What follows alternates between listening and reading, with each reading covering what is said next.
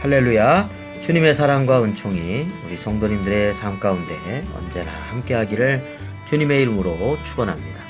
오늘 우리가 함께 묵상하실 말씀은 말라기서 4장 4절부터 마지막 6절까지 말씀이 되겠습니다.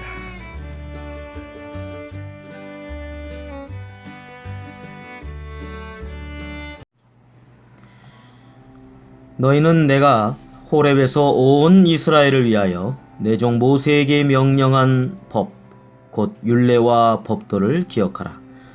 보라, 여호와의 크고 두려운 날이 이르기 전에 내가 선지자 엘리야를 너희에게 보내리니 그가 아버지의 마음을 자녀에게로 돌이키게 하고 자녀들의 마음을 그들의 아버지에게로 돌이키게 하리라.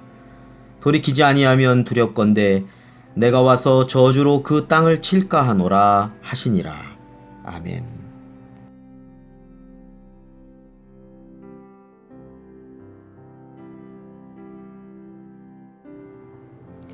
네, 오늘을 말라기서 마지막 3절 말씀이 되겠습니다. 오늘 말씀에서는 새로운 시대를 향한 희망의 말씀이 보이고 있습니다. 4절 말씀부터 보겠습니다.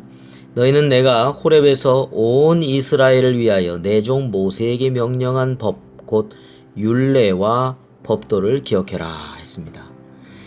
이제는 하나님의 말씀으로 돌아와야 된다는 것이죠.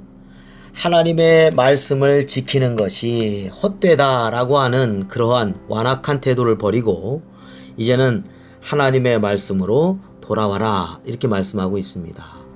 이 율례와 법도, 이것은 하나님의 율법을 종합적으로 나타내는 자주 사용되는 표현이죠. 그래서 율례하면은 하나님과의 관계에서 지켜야 될 모든 명령을 가리키고, 이 법도 하면 인간에게 부과된 모든 규범이나 의무를 가리킨다고 하겠습니다. 그런데 그것을 기억하라 이렇게 말씀하고 있죠.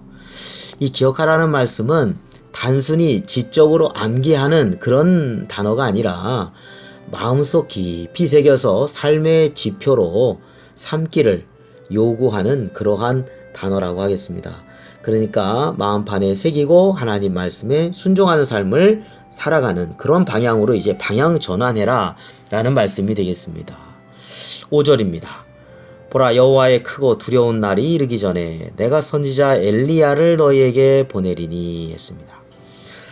네, 여호와의 크고 두려운 날, 우리가 4장 1절에도 보면 보라, 용광로 불같은 날이 이르리니 이렇게 말씀하였거든요. 똑같은 의미라고 볼 수 있겠습니다.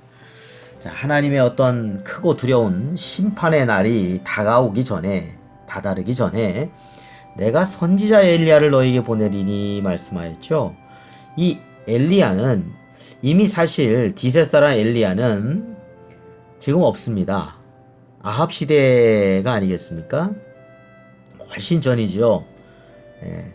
자, 그런데 여기서 엘리야는 진짜 엘리야가 아니라 엘리야의 심령과 능력으로 와서 메시아 그리스도의 길을 예비했던 세례 요한을 준비시켜서 보내시겠다라고 하는 새 시대에 대한 희망의 약속을 말씀하고 있다, 이렇게 볼 수가 있겠습니다. 그렇습니다. 정말 이 말씀대로 이제 말라기서가 이제 구약이 맨 마지막 아니겠습니까? 이제 한 400년 뒤에 예수님께서 오시기 전에 세례 요한을 하나님께서 준비시켜 주셔서 어떠한 역사를 이루었는가? 6절 말씀에 나와 있습니다. 세례 요한의 역할이 6절 말씀에 나와 있습니다. 그가 아버지의 마음을 자녀에게로 돌이키게 하고 자녀들의 마음을 그들의 아버지에게로 돌이키게 하리라. 네, 아버지의 마음을 자녀에게로 돌이키게 하고 또 자녀들의 마음을 그들의 아버지에게로 돌이키게 하고, 하나님을 떠났던 이스라엘 백성들, 하나님을 떠났던 많은 사람들이 이제 예수 그리스도를 통하여서 하나님께로 다시 돌아오게 된다는 의미입니다.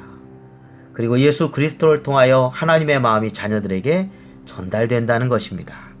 하나님이 그럼에도 불구하고 얼마나 사랑하시는지를 알고 그 사랑을 깨닫고 하나님께로 다시 돌아가게 되고, 그런 역할을 세례 요한이 예수님 오시기 전에 광야에서 외치는 자가 자가 되어서 주의 길을 예비하는 역할을 하게 된다는 것을 말씀하고 있죠. 네, 마지막 부분입니다. 돌이키지 아니하면 두렵건대 내가 와서 저주로 그 땅을 칠까 하노라 하시니라 했습니다. 그런데 그렇게 예수 그리스도의 복음이 전파되고 있음에도 불구하고 여전히 죄악 가운데 하나님을 등지고 하나님의 뜻을 대적하면서 자기의 욕심대로 완악한 모습을 보이고 하나님을 거역하게 된다면 결국은 저주의 상태가 되는 것이죠. 우리가 소위 탕자의 비유가 있지 않습니까? 아버지를 떠났어요. 그런데 그 아들이 다시 깨닫고 돌이키게 됐을 때 모든 것이 회복되었습니다. 그렇죠? 금가락지 끼우고 발에 신발 신고 채색 옷 입고 그렇습니다. 그러나 만약에 그 아들이 돌이키지 않고 계속해서 돼지 주엄 열매 그것도 없어서 굶어가면서 그냥 나는 그래도 아버지께로 돌아가지 않을 거야 라고 생각하고 계속 하나님 아버지의 마음을 어기고 거역하고 등지고 그렇게 살았다면 그건 저주스러운 삶이라고 할 수 있겠습니다. 참으로 비참한 것이죠. 우리가 하나님께로 돌아올 때 새로운 시대의 희망이 펼쳐지게 된다는 것을 말씀하고 있다고 하겠습니다. 오늘 우리가 어떻게 살아야 될까요? 말라기서 마지막이 3절의 말씀을 통해서 우리는 마음판에 하나님의 말씀을 소중히 여기고 새기고 그 말씀에 순종하며 우리의 삶에 있어서 하나님을 등진 부분이 있다면 예수 그리스도의 용서하심을 통해서 사랑을 통하여 다시금 용서함 받고 하나님께로 돌아오는 삶을 살아가야 된다는 것을 우리에게 말씀하고 있습니다. 하나님은 돌이키는 자에게 늘 품에 안아주시고 회복시켜주시고 치유해주시고 사랑해주시는 자비로우신 하나님이시기 때문입니다. 우리 다 함께 기도드리겠습니다. 걸어가신 아버지 하나님, 오늘도 하루를 열게 해주셔서 감사합니다. 오늘도 눈동자와 같이 지켜주시고 주의 사랑의 품에 늘 안아주시고 인도하여 주옵소서. 하나님, 오늘 말씀과 같이 하나님의 뜻과 하나님 말씀을 마음판에 새기게 하여 주시옵시고 하나님을 늘 바라보며 잘못된 길로 갔다 하더라도 다시금 주님께로 돌아올 수 있는 그러한 회개의 믿음을 저희들에게 허락하여 주셔서 늘 주님을 쫓아가는 진실한 제자들이 되게 하여 주옵소서.